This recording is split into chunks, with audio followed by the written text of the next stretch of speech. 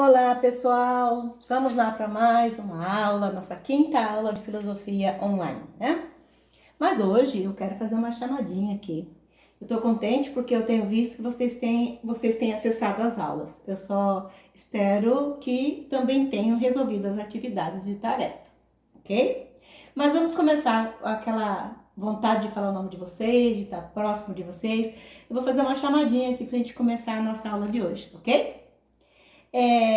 Começando então com a nossa chamadinha. Eduardo, ok? Ismael, ok? Jonas, ok? Juan, ok? Cauê, ok? Karen, ok? Leonardo, ok? Luiz Felipe, ok? Marcele, ok? Marcos, ok? Natasha, ok? Tamara, ok? Victor, ok? Luana, ok? Todos aí presentes? Não importa o horário que vocês vão abrir as aulas, né? Mas segundo ano parece que está tudo ok nas atividades, na abertura das aulas, né? Eu vou hoje fazer só relembrar as atividades que vocês têm que entregar no dia da avaliação de vocês, que vai ser entregue lá na escola, como o professor Elton já disse para vocês. Fora esse sábado, no outro será o nosso dia, né? Para receber o material para a gente fazer a avaliação das atividades de tarefas de vocês. Então, assim, eu vou começar. Nós temos tarefas que eu mandei para vocês, não era online ainda, certo? Que era na página 16. Vocês tinham aqui atividades para fazer a atividade 1 e 2 da página 16.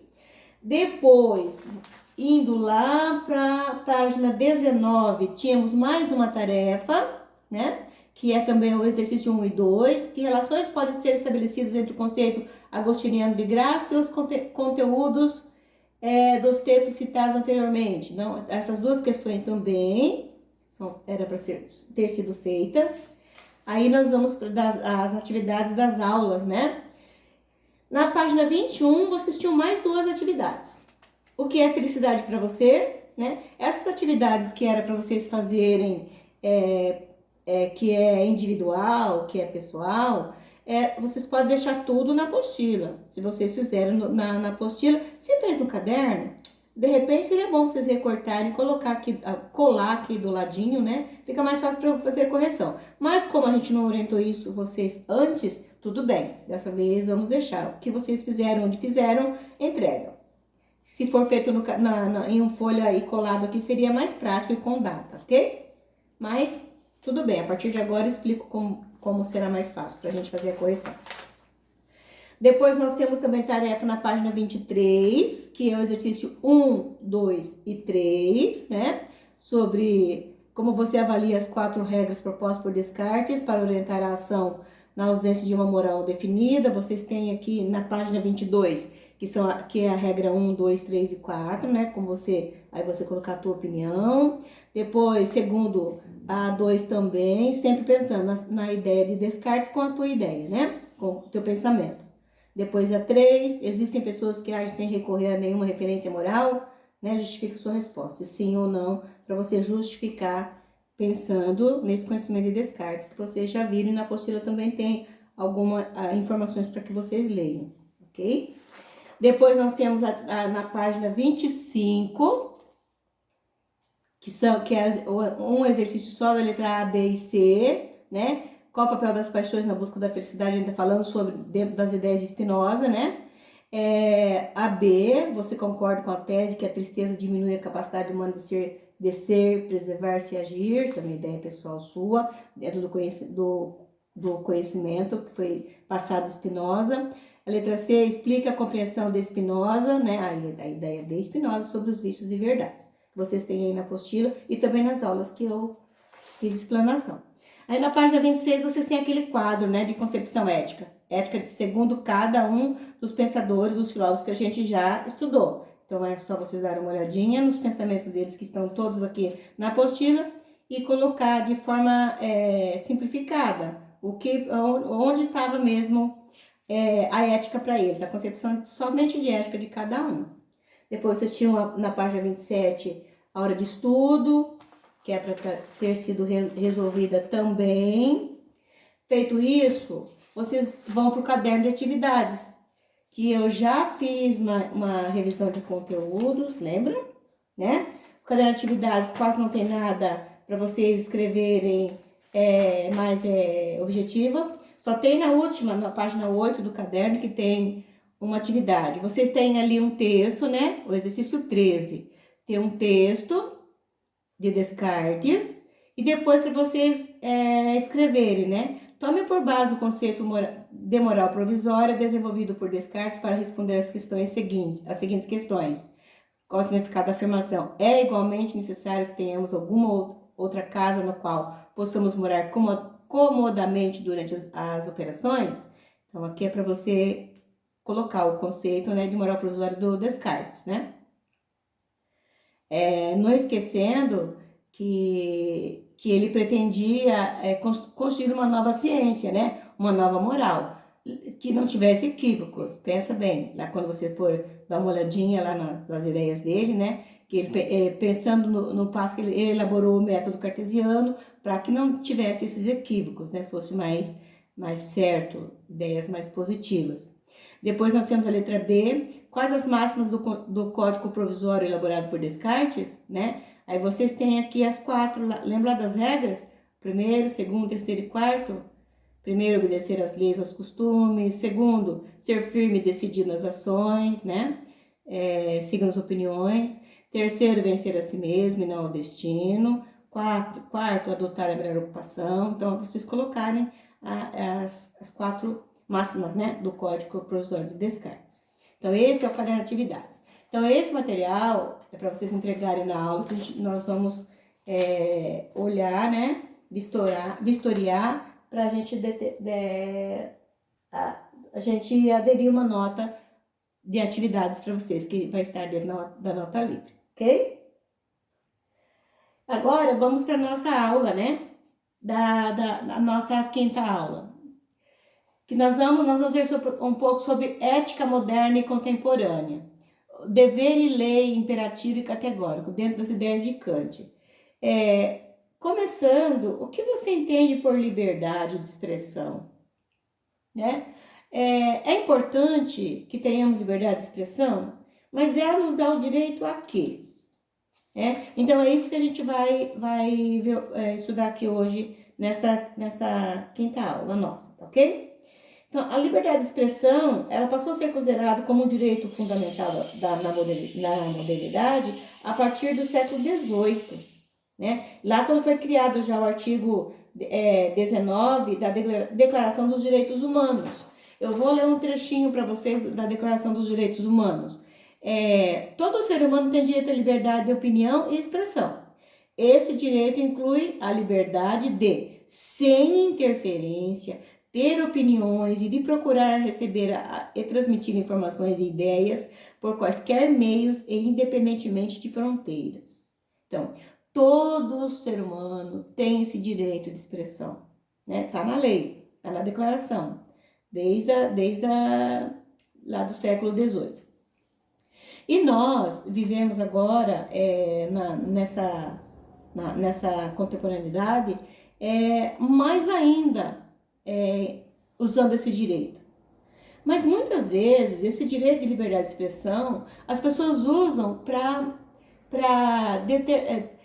de repente repassar uma ideia, para menosprezar do outro, de repente com preconceitos, né, com raiva. E quando a gente está na internet, a gente usa esse direito de expressão, fica mais fácil, porque você não está olhando de cara a cara e você, de repente, escreve um monte de coisas que você pensa de certa pessoa, às vezes não coloca o nome, mas já, automaticamente, ao ler, você já vê que lá por trás, nas entrelinhas, está querendo dizer para alguém, ou para certas pessoas. E, geralmente, desprezando as ideias do outro, né? Fica fácil. Eu tenho direito de expressão, é claro que eu tenho, a lei me dá esse direito. Só que eu não posso deixar que esse meu direito de liberdade transgrida o direito do outro, que é o de não se sentir menor, que é o de não sentir com preconceito, uma discriminação. Então, eu tenho que ter muito cuidado nesse nosso direito, né? Os indivíduos geralmente esquecem da ética, né? E retoma a importância, a gente tem que retomar a importância do ser humano para não sair da nossa ética.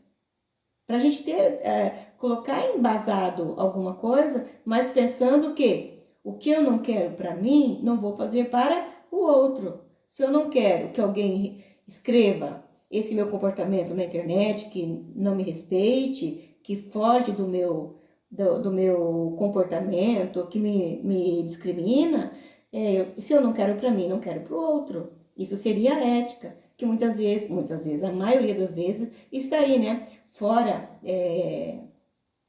nos tira do sério, né? A dignidade, violar a dignidade ou a integridade do outro, do ser humano, eu estou alegando a liberdade de expressão que eu tenho, eu estou, acho que, saindo da minha moral, né? Diante de toda essa análise, quais são os critérios que poderiam contribuir para diferenciar usar a nossa legítima liberdade de expressão? Como seria, né? Como seria, que critérios eu deveria usar para usar essa minha liberdade de expressão? Colocar o meu direito, que eu posso ter, mas sem ferir o direito do outro. De que forma poderíamos fazer isso, né? Para não sermos censurados, ou menosprezados, ou ultrapassar os nossos limites. Que a gente não pode esquecer que a liberdade de expressão, a minha liberdade de expressão termina quando começa a do outro. E isso é muito complicado, as pessoas entenderem que o outro também tem, né, esse espaço que deve ser respeitado. A liberdade permite tudo? Não, né? Ela permite a minha expressão, mas também eu tenho que ter a minha limitação. Voltando lá na temperança, no meio termo, né? Nós temos que fazer uso desse meio termo. Então vamos lá, as ideias de Kant é bem interessante, que ela nos faz repensar muitas atitudes nossas. Na apostila de vocês, na abertura do conteúdo, que é o nosso ponto de partida, ela traz aqui 3 questionamentos, que vou passar para vocês depois como tarefa. Primeiro, quando está na internet, você se sente livre para dizer algo que não diria pessoalmente? Mas você está lá na internet, você tem essa liberdade, você se sente livre? Por que você se sente assim? Será que você coloca limitação? Você está sozinho, não tem ninguém? Você está escrevendo? Ou está falando, né? Então, é bom a gente repensar. 2, você sabe distinguir liberdade de expressão de discurso de ódio? O que é liberdade de expressão? E o que é discurso do ódio?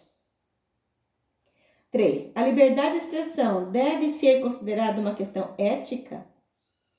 Por quê? Por que a liberdade de expressão deve ser considerada como ética? Né? Nós vamos revendo os conteúdos para a gente chegar, né, num denominador comum, para a gente chegar nas ideias de vocês. Então, começando lá com as ideias de Kant. Kant, para ele, existe dois imperativos, né? Vamos lá, o imperativo categórico é um conceito da filosofia desenvolvido pelo filósofo Immanuel Kant, que defende que todo ser humano deve agir de acordo com princípios morais. Esses princípios morais, é neles que estão a nossa ética, já dizia Kant, né? Kant também, ele faz uma citação interessante.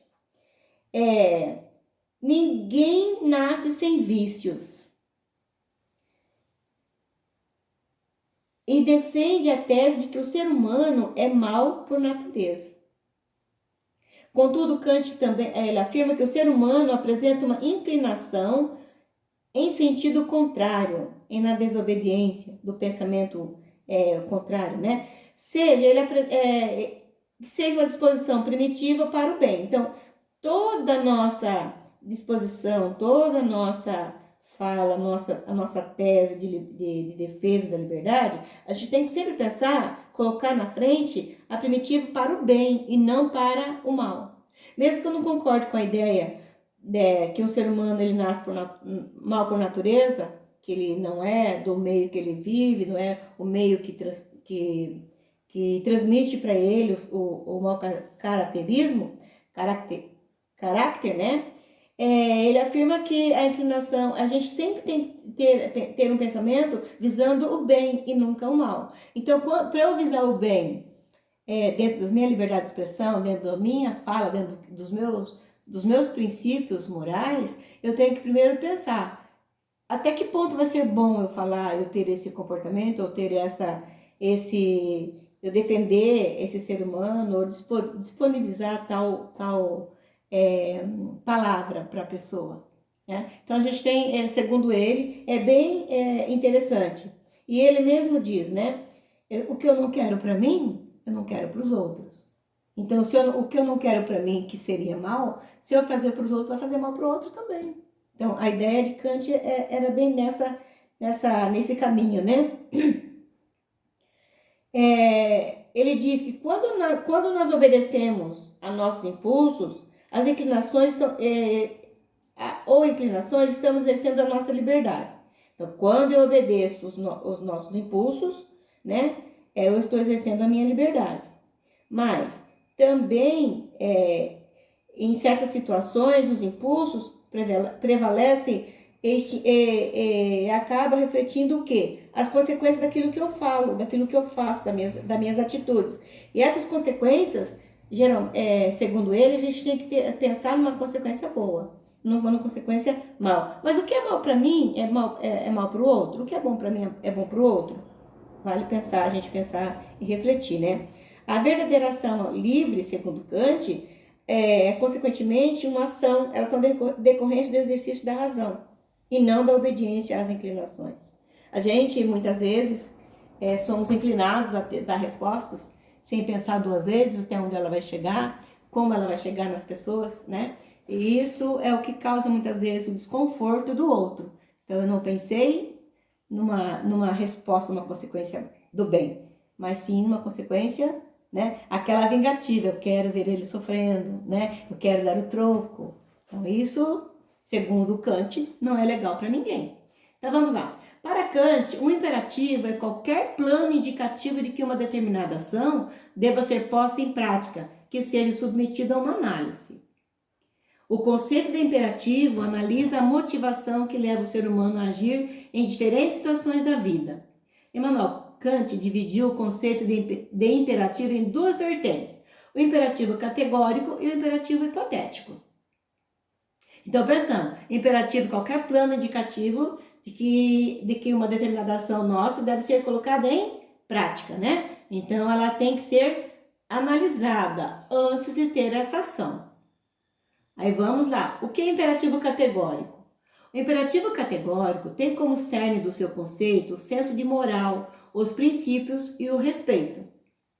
Toda e qualquer ação colocada em prática é considerada importante, não só a meta por ela objetivada, mas também a maneira como essa meta é alcançada. Então, sempre analisando, né, aquele meu comportamento, aquela minha atitude, meu uso da liberdade de expressão, né, pensando sempre no senso de moral, sempre nos princípios de respeito ao outro.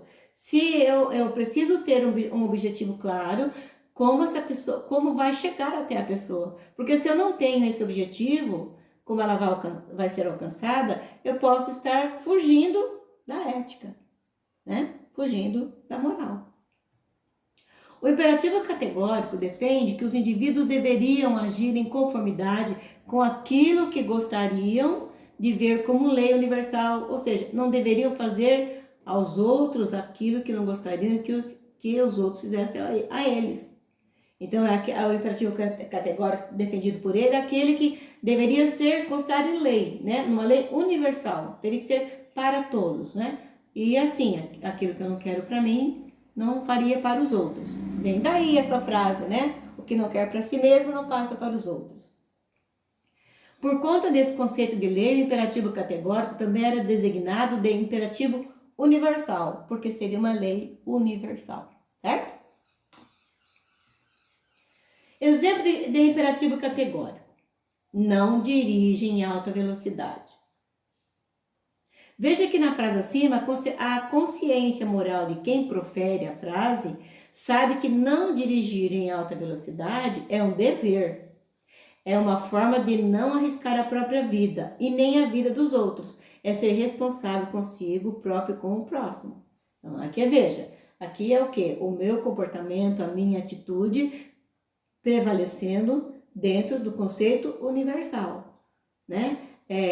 Não dirige em alta velocidade, não é porque eu não vou ser multado, não é porque tem um guarda a cada esquina que eu não vou dirigir, que eu não posso dirigir em alta velocidade. Eu tenho que dirigir, não posso dirigir em alta velocidade porque eu posso ultrapassar os limites, né? Então isso é uma explicação bem clara, né? Do imperativo categórico.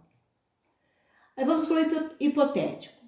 O imperativo hipotético é um conceito totalmente oposto ao imperativo categórico.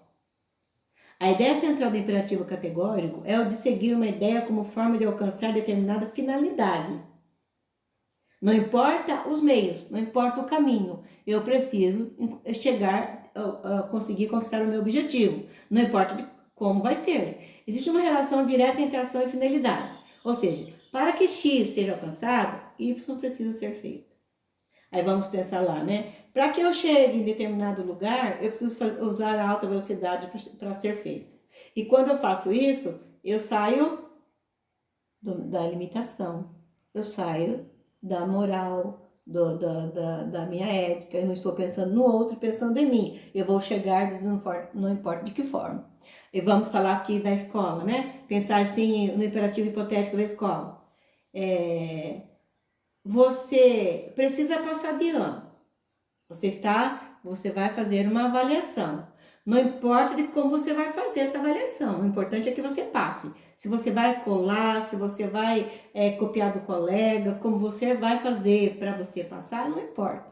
Então, o categórico, você vai cumprir o caminho, certo? Fazer todas as atividades avaliativas, estudar, se aprimorar para que você passe de ano, para que você consiga uma boa nota.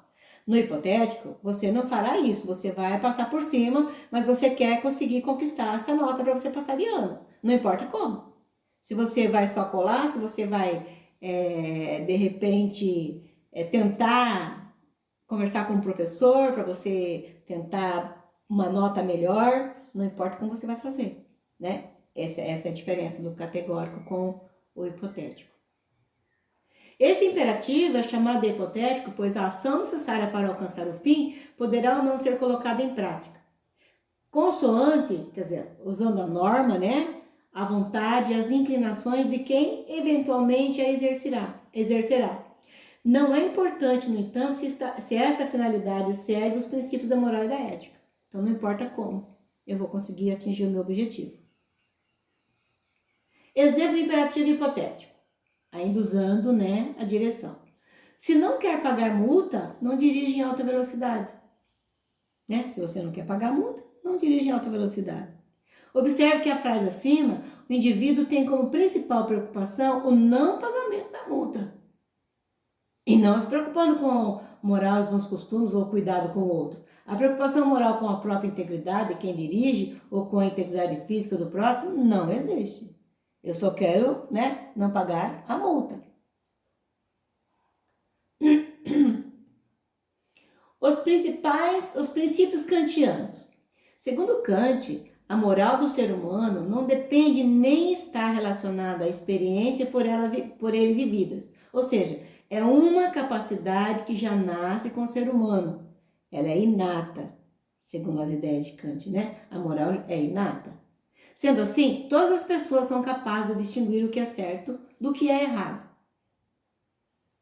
Então, aí tem certas coisas que eu concordo e, sei lá, em certos momentos não concordar muito, mas segundo as ideias dos kantianos, né?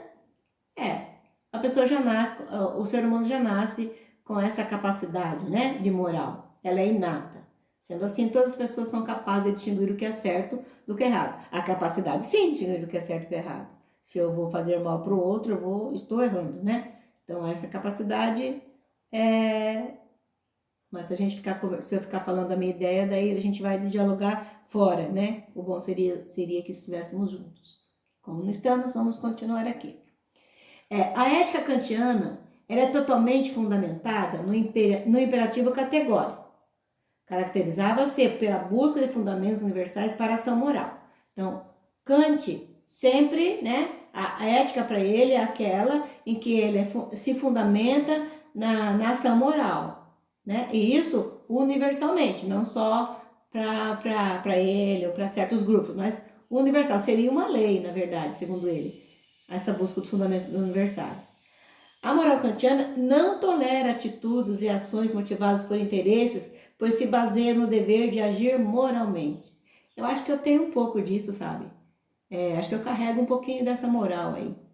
Não tolera atitudes e ações motivadas por interesses, pois se baseia no dever de agir moralmente. A nossa ação moralmente constante, né?